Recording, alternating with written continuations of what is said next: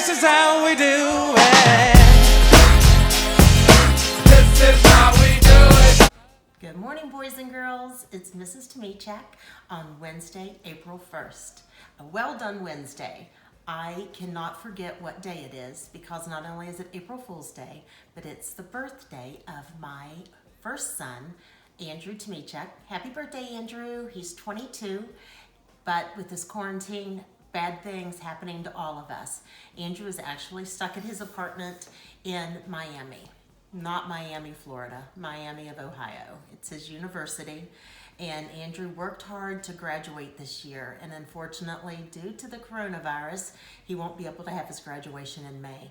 So when life gives you lemons, we're all having a very difficult time with this. Today is Wednesday, so I can't let our first week of digital learning go without our Well Done Wednesdays. First and foremost, well done to my South Central teachers. Not only have you embraced this new learning, but you have ran with it with such a positive attitude. I could not ask for anything more. Well done, teachers. Would also like to say a big well done to all the families who are supporting this. I know it's not easy. This is the growth mindset that we talk about all the time. Not that we can't do it, it's that we cannot do it yet.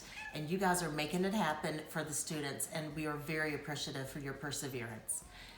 Well done, parents. And of course, to my students, I love you all. We miss you. We're so proud of you. I am able to see each and every post the 460 of you make.